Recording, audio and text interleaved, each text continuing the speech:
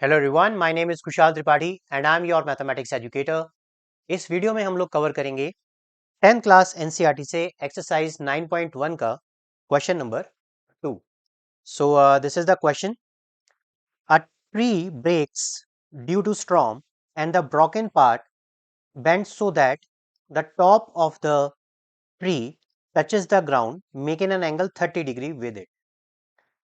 The distance between the foot of the tree to the point where the top touches the ground is 8 meter. Find the height of the tree. All right. तो क्या मतलब है इस question का? इस question को समझिए और साथ ही साथ इसे इमेजिन भी आपने करना है।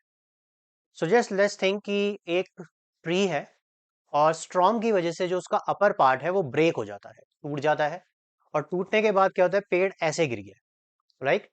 तो जैसे ही वो गिरा है तो जो ट्री का टॉप पार्ट है वो सरफेस के साथ कितना डिग्री का एंगल बना रहा है? दैट इज 30 डिग्री का एंगल बना रहा है। एक बात हो गई। और जो इस तरह से वो गिरा है ना, तो प्लांट या जो ट्री है उसका फुट से कितना डिस्टेंस बन रहा है जो उसका टॉप का है? That is 8 metre. अब सर ने तो समझा दिया, तो क्वेश्चन में क्या कह रहा है? क्वेश्चन में कह रहा है पूरे जो ट्री है उसकी हाइट बताइए क्या होगी। क्लियर है क्वेश्चन?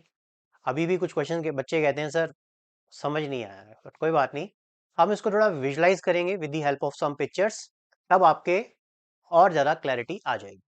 ठीक है, तो चलिए देखते हैं। सबसे पहले मैं आपके लिए एक ट्री ले आता हूँ जो कि टूटा नहीं है, बिल्कुल साबुत है, देख सकते हैं आप। ठीक है, तो इस तरह की ट्री की बात हो रही है। अब हो क्या रहा है, स्ट्रॉम आया, विंड चली बहुत तेज इस तरह से। आप अगर देखें तो ये जो ऊपर वाला पार्ट है ये टूट जाता है और ये इस तरह से गिर जाता है। कैसे गिरा? देखो, लाइक दैट। अब आप ये मत कहना कि सर ये तो पेड़ अलग अलग हो गए। कोई बात नहीं, होने दो, समझाना है आपको। मैथ्स में सब कुछ पॉसिबल है। खैर, चलिए देखिए। तो जो पहली पिक्चर आपने देखी वो अनब्रेकेबल ट्री था। हवा आई, स्ट्रॉम आया, उससे वजह से टूट गया है। तो कुछ इस तरीके की फिगर आपके सामने बन गई है, राइट। अब क्वेश्चन क्या कह रहा है? क्वेश्चन ये कह रहा है कि ये जो टॉप पार्ट है, यानी ये वाला जो पॉइंट है टॉप, वो सरफेस के साथ कितना डिग्री एंगल बना रहा है? That is 30 degree.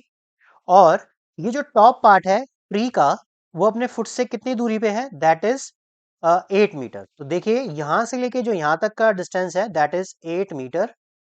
और ये जो सरफेस के साथ ये जो एंगल बना रहा है दिस इज 30 डिग्री। क्लियर? और अगर आप इसको भी राइट एंगल ट्राइंगल का नाम देना चाहें तो आप कह सकते हो this is A B C. हालांकि अभी मैं इसकी फिगर बनाऊंगा, right, like this.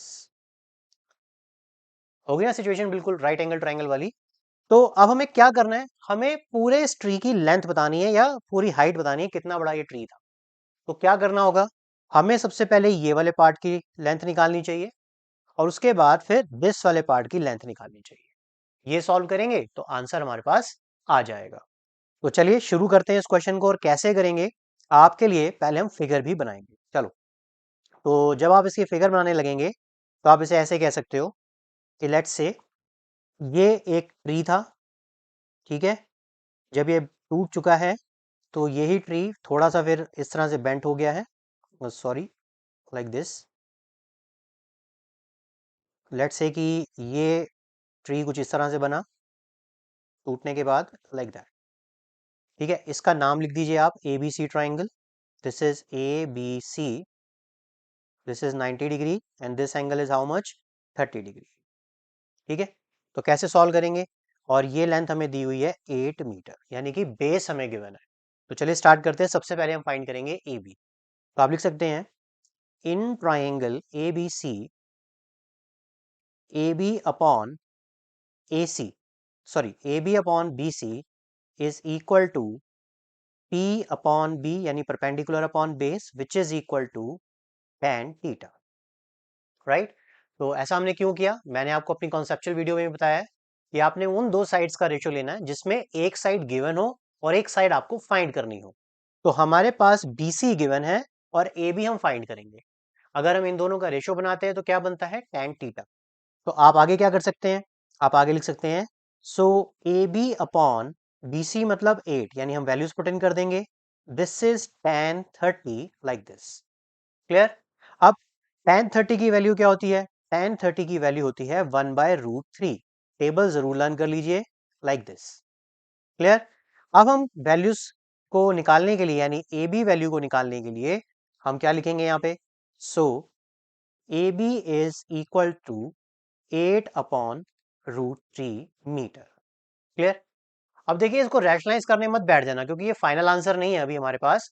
Final answer हमें क्या करना है? हमें इस फिगर में अभी ए सी भी फाइंड करना है, ये तभी तो पूरी लेंथ आएगी। ये हमने ये वाले हिस्से बॉटम का तो एरिया लेंथ निकाल ली है।